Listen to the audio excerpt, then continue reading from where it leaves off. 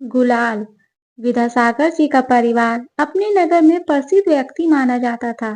उनके दो बेटे थे, अनिल बड़े और सुनील छोटे।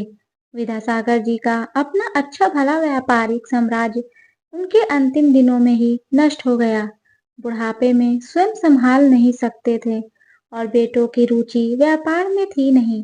बेबस से विद्यासागर जी दुनिया से यूं ही बेबस चले गए। दोनों बेटे अनिल और सुनील अलग-अलग स्थानों पर अपने पिता के जीवित रहते नौकरी करने लगे थे। विद्यासागर जी दिल महसूस कर रह जाते, कहाँ तो वे उनके व्यवसाय में कितनों को नौकरी देते, पर उनके अपने बेटे दूसरों के यहाँ नौकरी कर रहे हैं। दबी जबान से अपने बेटों को अपनी भावना से उन्हें अवगत कराया भी, पर दोनों ने ही दो टूक कह दिया, बाबूजी हमारे बस का इतना प्रेशर झेलना नहीं है।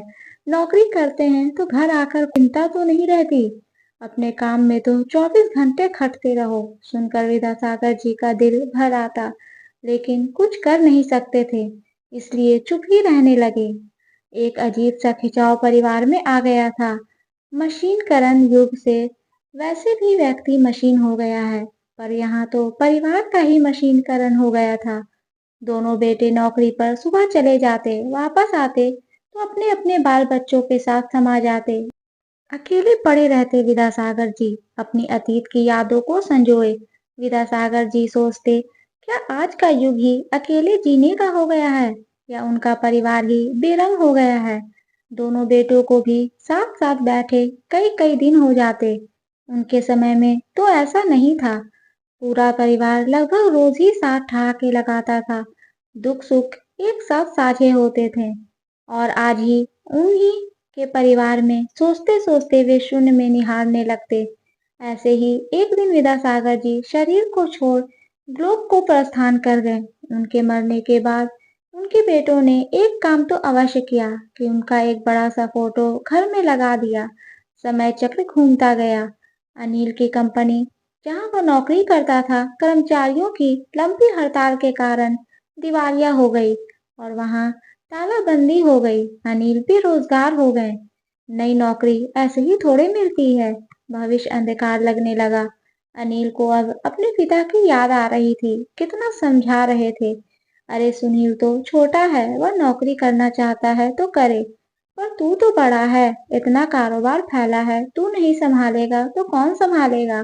किंतु मैंने ही पिता के आग्रह को महत्व ही नहीं दिया।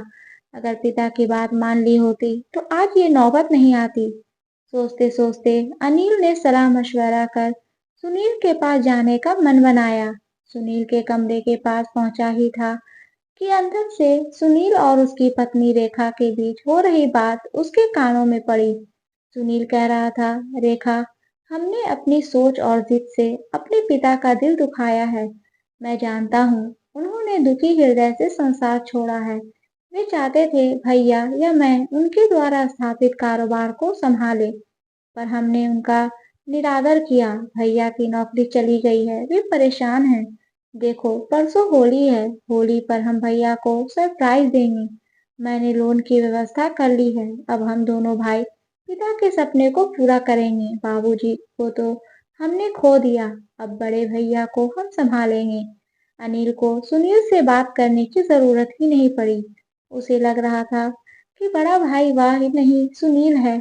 अपनी भीगी आंखें लिए अनिल वापस लौट लिया। उसे लग रहा था होली परसों नहीं आज ही है, तभी तो उसे घर के हर कोने में बिखरा गुलाल ही गुलाल दिखाई पड़ रहा था। भाई हो तो ऐसा जो बुरे वक्त में एक भाई दूसरे भाई के काम आए। छोटा भाई होकर भी उसने बड़े होने का फर्ज निभाया। दोस्तों, ये स्टोरी आपको अच्छी लगे तो प्लीज इसे लाइक करें, शेयर करें एंड सब्सक्राइब करें। और इस स्टोरी के बारे में आपकी क्या राय है हमें कमेंट बॉक्स में जरूर बताएं। और हाँ, बेल आइकन को प्रेस करना ना भूलें, क्योंकि ऐसे ही आने वाली स्टोरी आप तक सबसे पहले पहुंचती रहेगी। धन्यवाद।